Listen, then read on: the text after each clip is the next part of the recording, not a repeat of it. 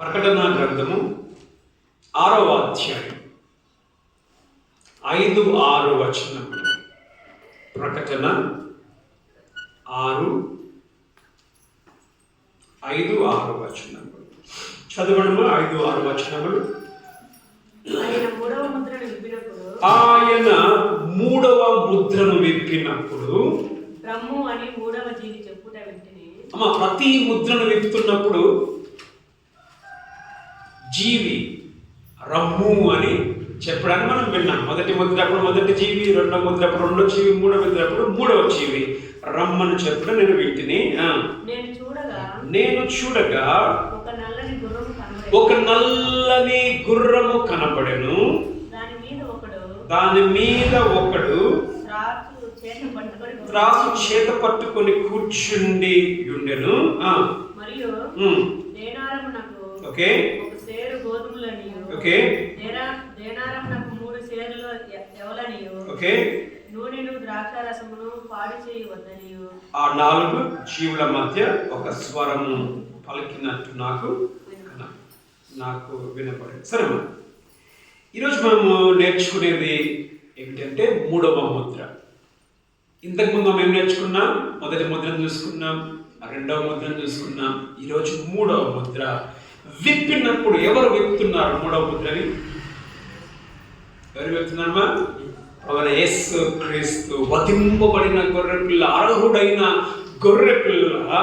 ఆయన మూడవ ముద్రను విప్పుతున్నప్పుడు వచ్చింది ఏమిటంట?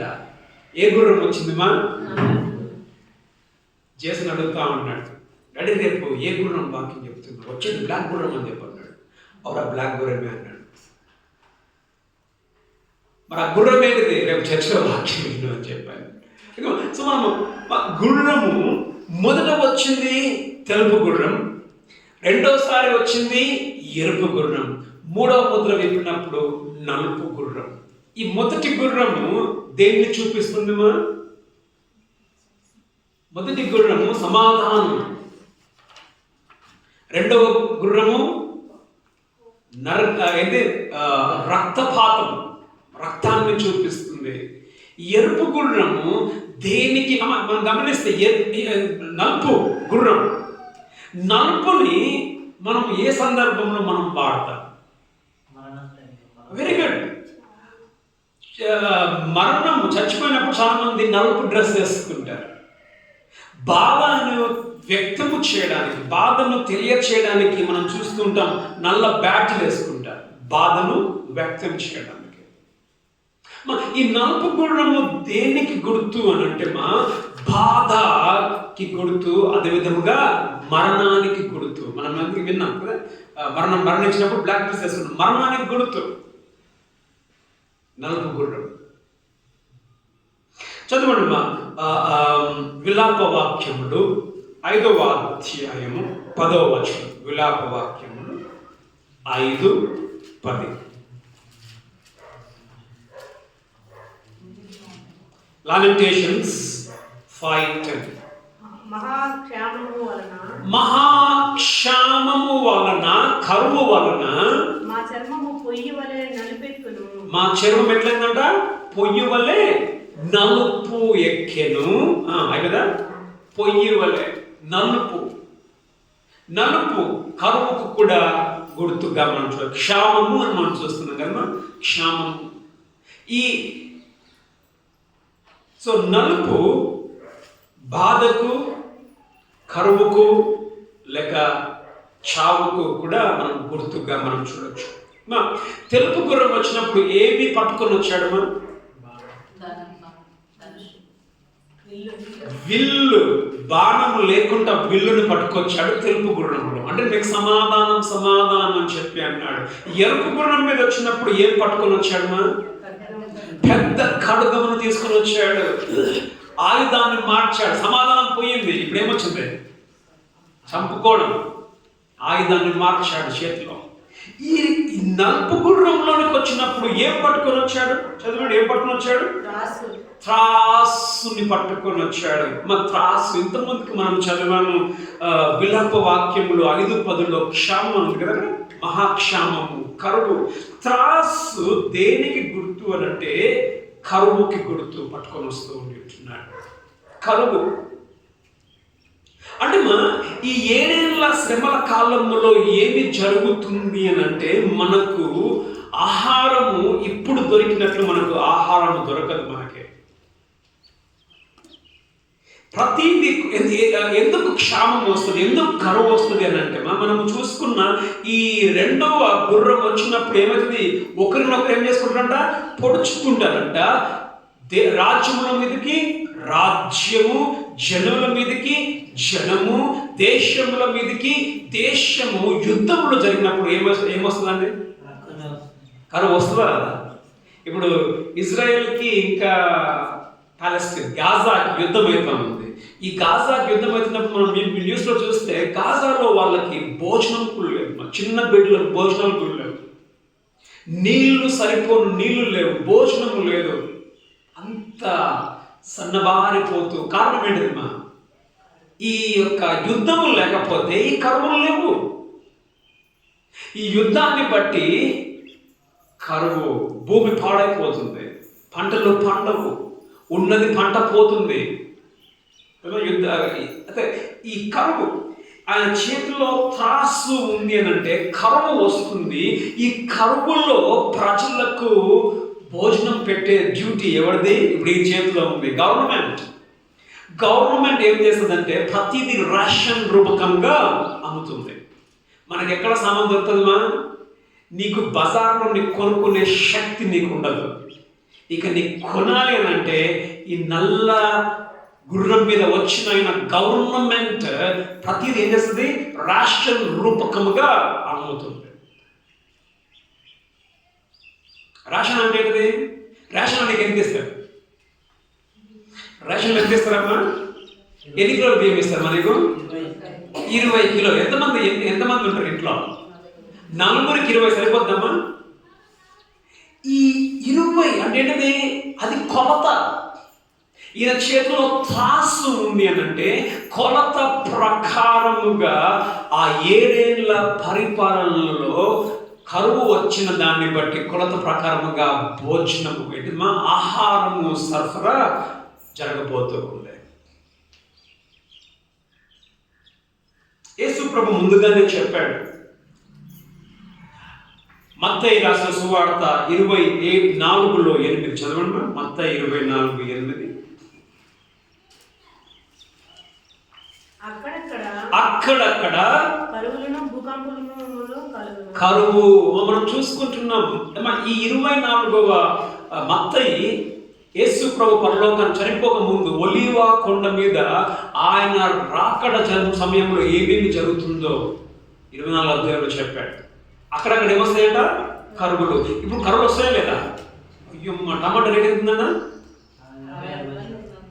టమాటా రేట్ 60 రూపాయలు ఉంది. నిన్న చంద్రన్ అంటున్నాడు, ఏం ముట్టినీకి లేదంట, ప్రతి 100 రూపాయలేనంట కూరగాయలు, ప్రతి 100 రూపాయలు. అంటే ఇప్పుడే మనం కరువు లాంటి పరిస్థితుల్లో మనం జీవిస్తూ ఉన్నాం. 7 ఏళ్ల శ్రమల కాలంలో నీవు విడిచిపెట్టిన వ్యక్తివైతే నీవు కరువు గుండా నువ్వు వెళ్తావు. కరువు గుండా వెళ్తావు. అప్పుడు నువ్వు అంగడికి పోయి సరుకున్నావు. ఎక్కడికి పోవాలా? ఎక్కడికి పోవాలా? రేషన్ షాప్కి పోవాలా. రేషన్ షాప్ పోతే ఎట్లుంటుంది కథ? లైన్లో నిల్చోని కాదు, అందరికీ భోజనం కావాలి. లైన్లో నిల్చోక కాదు. ఏం చేసి వస్తుంది? ఒకరినొకరు తోసుకోవాలా. ఇచ్చే ఆ భోజనం కొరకు 5 కిలోల బియ్యం కొరకు తోసుకునే పరిస్థితి. ఆ 5 కిలోల బియ్యం కొరకు మీరు చూసారో లేదో ఎప్పుడన్నా, మీరు సినిమా థియేటర్లలో సినిమాకి టికెట్ కొనుక్కోనికి వెళ్ళినప్పుడు నేను 9th 10th క్లాస్ నేను పోయాను. అప్పట్లో డబ్బు పెద్ద ఉండేది కాదు, తక్కువ డబ్బులు. కూర్చుంటే ఎక్కడ కూర్చోవాలా? కింద కూర్చోవాలి. మన పైన కూర్చున్న సీన్ లేదు, బాల్కనీలో కూర్చున్నంత ఇది లేదు. కూర్చుంటే ఎక్కడ కూర్చోవాలా? ముందు రోలో కూర్చోవాలి, లేదా మధ్య రోలో కూర్చోవాలి. ఆ ముందు రోలో కూర్చోడానికి టికెట్ దీనికి అది ఒక్కసారి చూసి నాకు వద్దురా బాబు సినిమా అనుకున్నా. పరిస్థితి ఎంత భయంకరం అని అంటే, తోసుకోవడము. ఆ టికెట్ కొరకు ఏం చేస్తాడు? తోసుకోవడం మాత్రమే కాదు, పైకి నడుస్తారు, మనిషి మీదకి నడుస్తారు. చచ్చిపోయిన వాళ్ళు ఉన్నారు. అమ్మా, 7 ఏళ్ల శ్రమల కాలంలో నీకు భోజనము అంగడిలో దొరకదు, నువ్వు రేషన్ షాప్ ముందు నువ్వు నిల్చోవాలి. ఆ కొంచెం భోజనం కొరకు వెనకల నుంచి తోపులాట, మీదికి వెళ్ళి ఇంకొకటి నడుచుకొని పోతాడు. ఎంతమంది చనిపోతారో మనకు తెలియదు ఆ కరువును బట్టి. ఒకవేళ యేసు ప్రభు ఈరోజే వస్తే, ఈరోజే ఆ కడబూర మ్రోగితే నువ్వు ఎత్తబడిన గుంపులో ఉంటావా, లేకపోతే విడవబడి ఆ కరువులో నువ్వు చిక్కుకుంటావా? ఇంకా ముందుకు మనం చూస్తాం. మీరు అనొచ్చు, నాకేం బాధ ఉంది, మా ఆయన పోయి తీసుకొస్తాడు ఇంటికి. కింద చూస్తాం ఇంకా కథ ఇంకా దారుణంగా ఉంటుంది. మీ ఆయన కాదు, నువ్వే పోవాలి రాషన్కి. అప్పుడు నువ్వు చేస్తావు కరువుకి. గమనించండి, క్షామము, కరువు వస్తుంది. ఇప్పుడు అనేక సందర్భాలలో బాధాకరమైన విషయం ఏం తెలుసా? మనకి కొరత అనేది మనకు తెలుసా అండి? మనకు కొరత అనేది తెలియదు.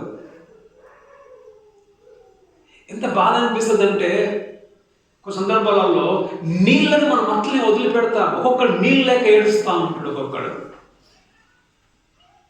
ఎండాకాలంలో చూడండి, నీళ్ళు కొనుక్కోవాలి. మనం డబ్బున్నోడు కొనుక్కున్నాడు, డబ్బులు ఏం చేస్తాడు? ఏ విధంగా నువ్వు నీళ్ళని పొదుపు చేస్తూ ఉన్నావు? ఇది నీకు బోర్ ఉంది కదా, వాడేస్తాను. భోజనం గురించి ఒక్కొక్కడు భోజనం లేక నువ్వు తిని పడేసిన ఎంగిల్ని, కుక్కలు తినే దాన్ని ఒక్కొక్కడు ఇట్లా ఎరుకొని తింటా ఉంటే ఎంత బాధ అనిపిస్తుంది. మనకి ఉండి ఎంత వేస్ట్ చేస్తాం మనం భోజనాన్ని, ఎంత కదా.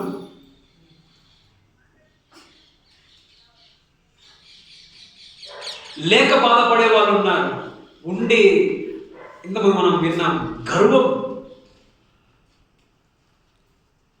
ఇంకొన్ని సందర్భాలు మనం చూస్తే హోటళ్ళలో పోయి చూడండి, మీరు తెప్పించుకుంటాడు పెద్ద, అదొక ఫ్యాషన్. ఏంటి ఫ్యాషన్? ఇంత పెద్ద ప్లేట్ భోజనం తెచ్చుకొని సగం వదిలేసేది ఫ్యాషన్ హోటళ్ళల్లో. కరువు రాబోతుంది, మనకు అర్థం కావట్లేదు. మనకి ఉన్న వనరులను మనం కాపాడుకోవాలి. పొదుపుగా ఏం చేయాలన్నా, తినేది నీకు ఎంత కొంత తిను, ఎందుకు వేస్ట్ చేయాల్సింది? వేరేళ్ళకి ఇవ్వచ్చు కదా. కరెంటు విషయంలో కూడా మనకేముంది, మా నాన్న కడుతుంది కరెంటు, మా అమ్మ కడుతుంది కరెంటు, పాడుకునేది లేదు. కరెంటుని ఏ విధంగా మనం పొదుపు చేస్తున్నాం?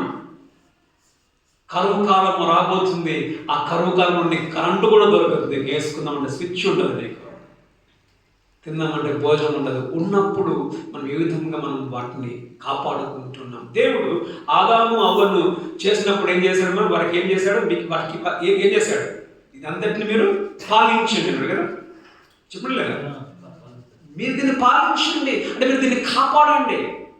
ప్రకృతిని కాపాడే మనకి మనకు దేవుడు ఆ యొక్క బాధ్యత ఇచ్చాడు, ప్రకృతిని కాపాడేది.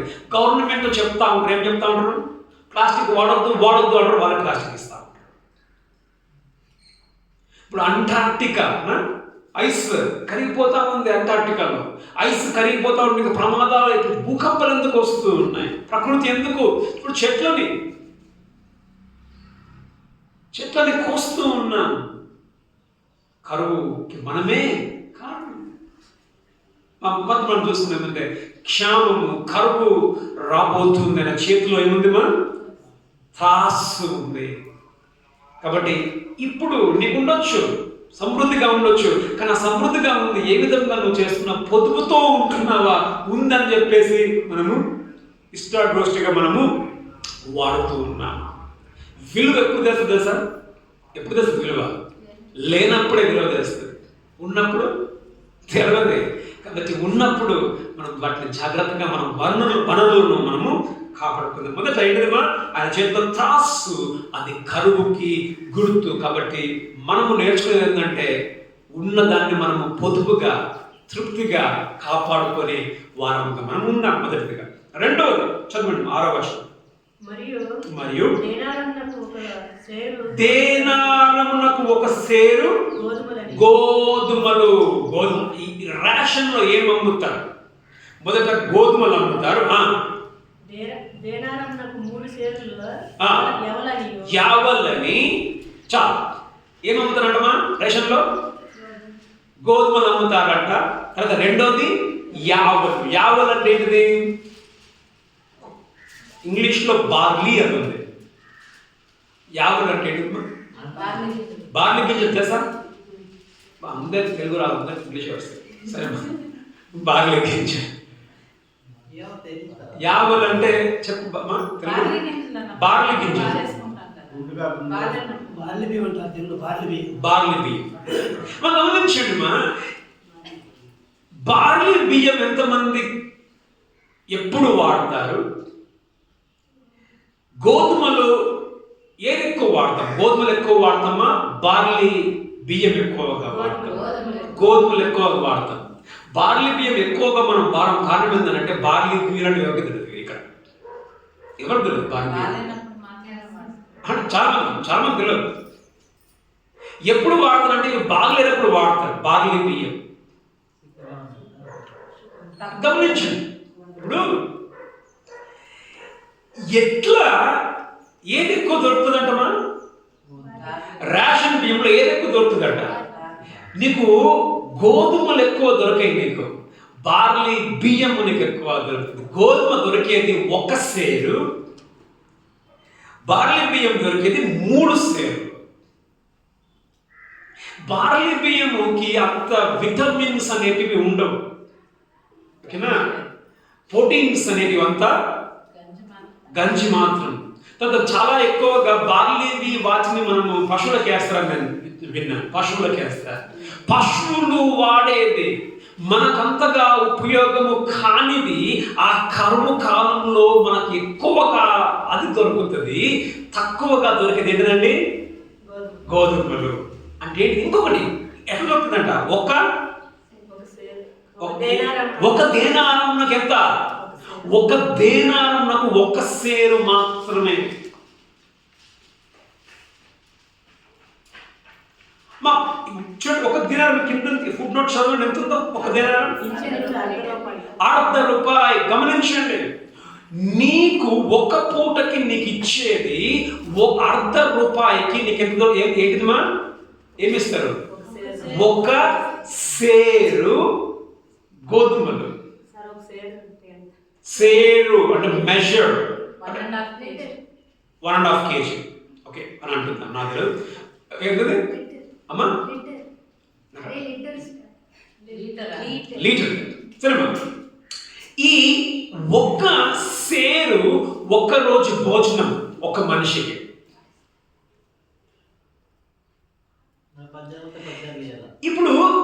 ఇప్పుడు ఇది ఇంకొకటి మా పాత నిబంధన, కొత్త నిబంధనలో ప్రభువైన యేసుక్రీస్తు ఆ సమయంలో 1 దేనారు 1 దినము కూలి. చదవండి మత్తయి రాసిన సువార్త 20లో 2. మత్తయి దినమునకు చూడమ్మా, దినమునకు 1 దేనారము చొప్పున పనివారితో ఒడబడి తన ద్రాక్ష తోటలోనికి వారిని పంపెను.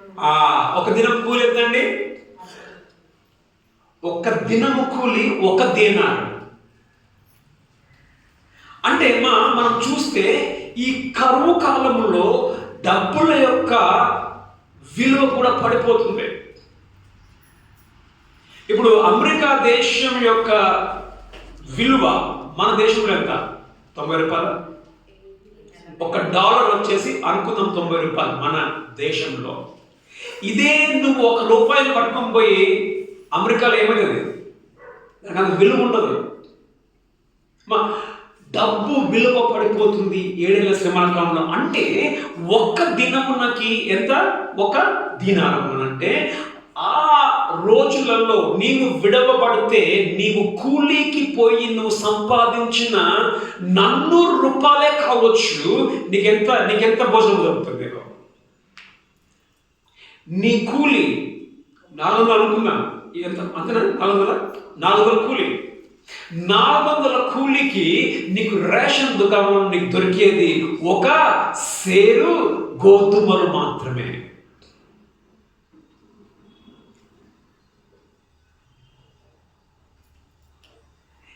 తర్వాత ఇదే 400కి 3 సేర్లు యావలు దొరుకుతాయి. అర్థమేంటిదమ్మా?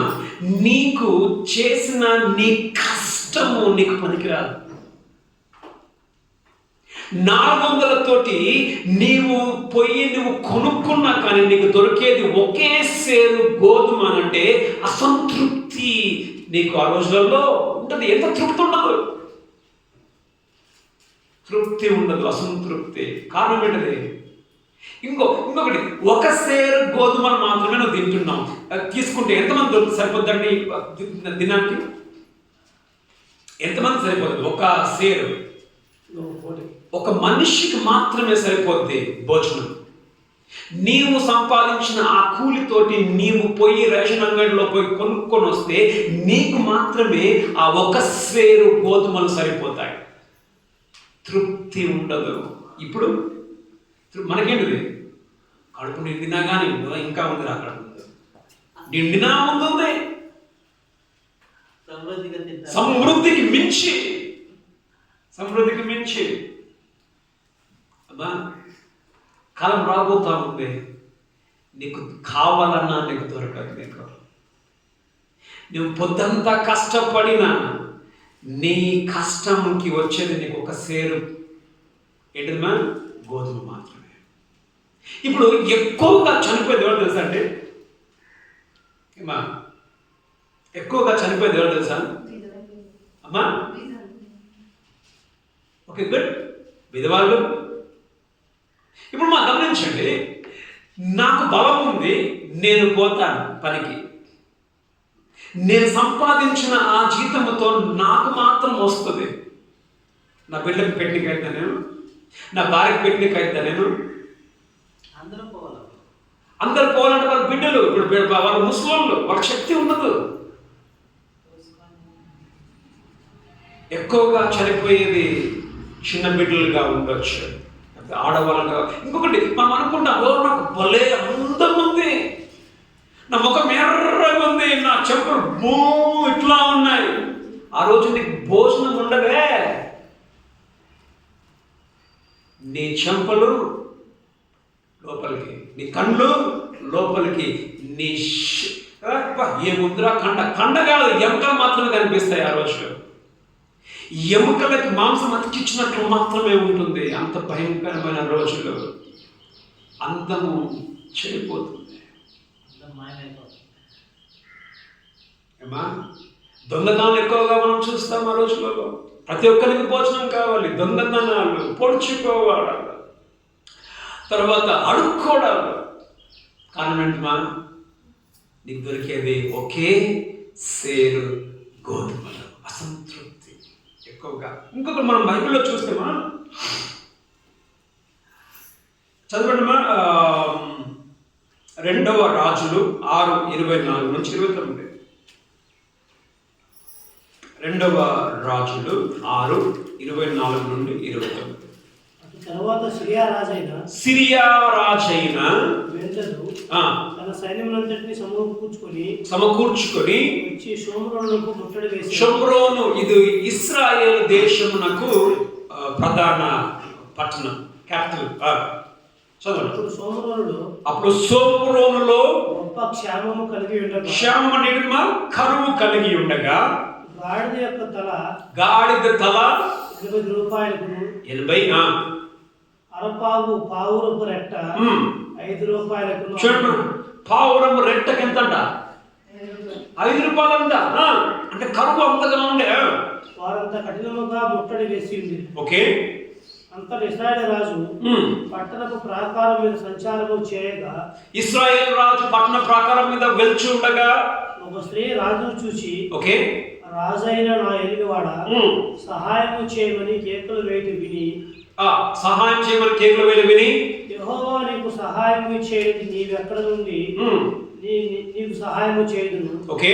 కళ్ళములో నుండి అయినను, ద్రాక్ష గానుగుల నుండి అయినను, దేని నేను ఇచ్చి సహాయం చేయ వల్ల పడదని చెప్పి ఓకే, నీ విచారణకు కారణమేమో అడుగుతున్నాడు. నీ బాధకు కారణమేమో అడుగుతున్నాడు రాజు. ఆ కింద ఉన్న ఆడామిని, ఈ స్త్రీ అంటుంది, ఈ స్త్రీ నన్ను చూచి నేటి ఆహారమునకు నీ బిడ్డని ఇమ్ము.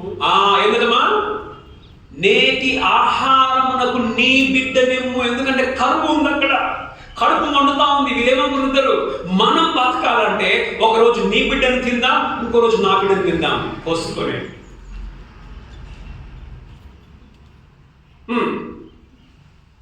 నీ బిడ్డని రేపు మనము బిడ్డను భక్షించుదు అని చెప్పినప్పుడు, రేపు నా బిడ్డను భక్షించమని చెప్పినప్పుడు, మేము నా బిడ్డను వంట చేసుకుని తింటిమి, బిడ్డను వంట చేసుకొని తింటిమి. అయితే మరినాటి యందు నేను దానిని చూచి నేటి ఆహారమునకు నీ బిడ్డని ఇమ్మని అడిగితిని గాని అది తన బిడ్డను దాచిపెట్టినని చెప్పాను. రాజు ఆ స్త్రీ మాటలు విని తన వస్త్రములను చుట్టుకొని. చాలండి. పాత నిబంధనలో మనం చూస్తున్నాం, కరువు వచ్చినప్పుడు ఏం చేశారంటే ఆకలికి తాళలేక బిడ్డల్ని తిన్నట్టుగా మనం చూస్తూ ఉన్నాం. అలాంటి రోజులు రాబోతూ ఉన్నాయి. 7 ఏళ్ల శ్రమల కాలం. మొదట ఏముంటుందమ్మా? మొదట కరువు. కాబట్టి మన వనరులను మనం ఏం చేయాలా? కాపాడుకోవాలా. రెండోది ఏంటిదమ్మా? అసంతృప్తి. తృప్తి ఉండదు.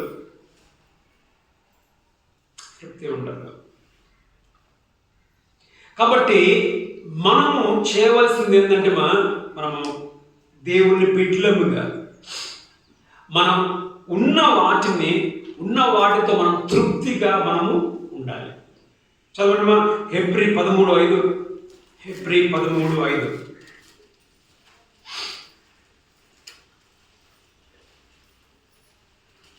ధనాపేక్ష లేని వారై తృప్తిగా ఉండండి. మీకు కలిగిన వాటితో తృప్తిగా ఉండండి. అమ్మ, అప్పుడు ఎట్లా తృప్తి ఉండదు. కానీ ఇప్పుడు మనకున్న వాటితో మనము తృప్తిగా మనం ఉండడం మనం నేర్చుకోవాలి. అది మనం ప్రభువునందు అంటే దేవునిలో మనం ఉన్నవారం అయితే మనం ఎత్తబడతాం. ఇదంతా మనకు కాదు. ఎవరికి మైది? విడవబడిన వారికి మాత్రమే, ఎత్తబడిన వారికి కాదు. చివరిదిగా 3వది మనం నేర్చుకుని ముగించుకుందాం. చదవండి, 6 కంటిన్యూ చేయండి. నూనెను ద్రాక్షారసమును పాడు చేయవద్దనియు ఆ 4 జీవుల మధ్య ఒక స్వరము పలికినట్టు నాకు వినపడిన. 3వది మనం చూస్తే ఇక్కడ ఏమేమి పాడు చేయొద్దంట? నూనె ఇంకా ద్రాక్షారసం. నూనె ద్రాక్షారసము దేనికి గుర్తు? ఇది ఎలాంటి వస్తువులు? ఇవి పేదలకి అందుబాటులో ఉండే వస్తువుల, ధనికులను చేసే వస్తువులు. ఇవి ధనికులను చేస్తాయి. నూనె, తర్వాత ద్రాక్షారసం, ఇంగ్లీష్లో వైన్ అని ఉంది. ఇప్పుడు గవర్నమెంట్ ఎక్కువ బతికే దేని మీద? వైన్స్ మీద. మనకి రాబడి గవర్నమెంట్కి. నూనె మనం చూస్తే ఏది నూనె కావచ్చు, నూనె రేట్ ఎక్కువ కదా, 185 నూనె. పెట్రోల్ ఎంత? 100 రూపాయలు. నూనెని ద్రాక్షారసమును ఏమి చేయవద్దు అనంటే, నూనె ఇంకా ద్రాక్షారసము ఎక్కువగా అందుబాటులో అంటే అది ఎక్కువగా ఉంటుంది. నిత్య అవసర వస్తువులు మనకు అవి కరువుగా ఉంటాయి. ఒక విధంగా అంటే నిత్య అవసర వస్తువులు ఉన్నప్పటికీ మనం కొనలేము వాటిని.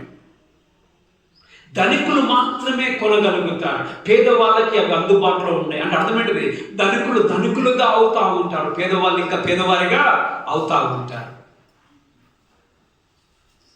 ఇప్పుడు అంతే కదా పరిస్థితి మనం చూస్తాం. ఇప్పుడు పేదవాళ్ళే, ధనికులే. అప్పుడు కూడా పేదవాళ్ళు రోడ్డు మీద అడుక్కొని ఉంటారు. ధనికులైన వారు ఎవరైతే పెట్రోల్ కానీ నూనెని కానీ వాళ్ళ కంట్రోల్లో బిజినెస్ చేస్తున్న వాళ్ళకి ఎలాంటి తొందరలు వాళ్ళకు ఉండదు, వాళ్ళకి ఎలాంటి హాని జరగదు. కానీ 6వ ముద్రను విప్పినప్పుడు, 6వ ముద్రను విప్పినప్పుడు వీళ్ళు కూడా తప్పించుకోలేరు. ఎవరు? ఈ రిచ్ క్లాస్ వాళ్ళు. ఈ మూడవ ముద్రలో రిచ్ క్లాస్ వాళ్ళకి పెద్ద, అంటే ధనికులైన వారికి పెద్ద తొందర ఉండదు. ఎందుకు? ఏమేమి హాని చేయొద్దన్నాడు? ఏమేమి హాని చేయమన్నాడు? నూనె ఇంకా ద్రాక్షరసం. అంటే మనకి ఏం చూస్తాడు? మూడవది అసమాన జీవితం. అసమానమైన అంటే అర్థమవుతుందా? సమానంగా ఉండదు. ధనికులు ధనికులుగా ఉంటారు, పేదవారు పేదవారిగా. అసమానమైన స్థితిని మనము చూస్తాం. అయితే మనం ఇంకో మాట మనం ఇక్కడ ముగించుకుందాం. ఇప్పుడు కూడా సంఘంలో అంత సమానంగా ఉన్నారా? అంత ధనికులుగా ఉన్నారా? సమానంలో పేదవాళ్ళు కూడా, సంఘంలో పేదవాళ్ళు ఉన్నారు, సంఘంలో ధనికులు ఉన్నారు. మరి ధనికులైన సంఘంలో ఉన్నవారు ఏ విధముగా వారి ధనముతో వారు బ్రతుకుతూ ఉన్నారు? చూడండి, 1 తిమోతి 6:17-18. 1 తిమోతి 6:17-18. ఇహమందు ధనవంతులైన వారు గర్విష్ఠులు కాక, ధనవంతులైన వారు ప్రభు అయిన యేసుక్రీస్తును నమ్మి ధనవంతులైన వారు గర్విష్ఠులు కాక, అస్థిరమైన ధనమునందు నమ్మిక ఎంచక, ఓకే, సుఖముగా అనుభవించుటకు, ఓకే, సమస్తమునకు మనకు ధారాళముగా దయచేయు దేవుని యందే నమ్మిక ఎంచుడని, దేవుని యందు నమ్మిక ఎంచుడని ఆజ్ఞాపించుము. ఓకే, వారు వాస్తవమైన జీవమును సంపాదించుకునే నిమిత్తము, ఓకే, రాబో కాలమునకు మంచి పునాది తమ కొరకు వేసుకొనుచు మేలు చేయు వారు ఏం చేయాలంట? ధనికులైన వారు ఏం చేయాలంట? పేదలకి మేలు చేయువారును, సత్క్రియలు అను ధనము గల వారును, మంచి పనులను ధనము గల వారును, ఔదార్యము గల వారును. ఔదార్యం అంటే అర్థం ఏంటండి? ప్రేమతో పేదలకు ఇవ్వడం. ఔదార్యం గల వారును, తన ధనములో ఇతరులకు పాలిచ్చు వారని ఉండవలెనని, తన ధనములో ఇతరులకు పాలిచ్చేవారుగా ఉండాలి. చలండి, పేదవారు మనం చూస్తున్నాం. ఆ 7 ఏళ్ల పరిపాలనలో ధనికులు ధనికులుగానే ఉంటారు, పేదవారిగా అవుతారు. ఇప్పుడు కూడా మనం అలాంటి వాళ్ళని మనం సంఘంలో చూస్తూ ఉన్నాం. కాబట్టి ధనవంతుడుగా ఉన్న నీవు పేదవారికి మనం ఏ విధంగా మనం సహాయపడుతూ ఉంటున్నాం. మనం సహాయపడేవారుగా మనం ఉన్నాం. చివరిగా ఇక్కడ ఆ 4 జీవుల మధ్య ఒక స్వరము పలికినట్టు నాకు కనపడేది. ఎవరి వ్యక్తి? 5వ వచనం చూసిన 5వ వచనంలో వినపడింది. ఆ 3వ ముద్ర విప్పినప్పుడు రమ్ము అని 3వ జీవి చెప్పుట వింటిని. అక్కడ విన్నాడు. పిల్లలు ఉన్నారు అక్కడ. 5వ వచనంలో విన్నాడు జీవి చెప్పడాన్ని. 6వ వచనంలో కూడా ఏమంటున్నాడు? ఆ 4 జీవుల మధ్య ఒక స్వరము పలికినట్టు నాకు వినబడను. మరి ఇక్కడ ఈ వ్యక్తి ఎవరు? 5వ వచనంలో పలికిన వ్యక్తి ఎవరు? 6వ వచనంలో మాట్లాడే వ్యక్తి ఎవరు? ఎవరమ్మా? ఓకే, ఎవరమ్మా? ఈ 6వ వచనంలో ఎక్కడుందంట? 4 జీవుల మధ్య. ఎవరు 4 జీవుల మధ్య ఉన్నది? ఎవరమ్మా? దేవుడేనా?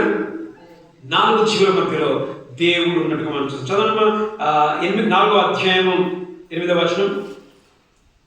ఈ 4 జీవులలో ప్రతి జీవికి 6 రెక్కలు. క్షమించండి, 6వ వచనం. మరియు ఆ సింహాసనం ఎదుట స్ఫటికమును పోలిన గాజు వంటి సముద్రం ఉన్నట్టుండెను. ఓకే, ఆ సింహాసనమునకు మధ్యను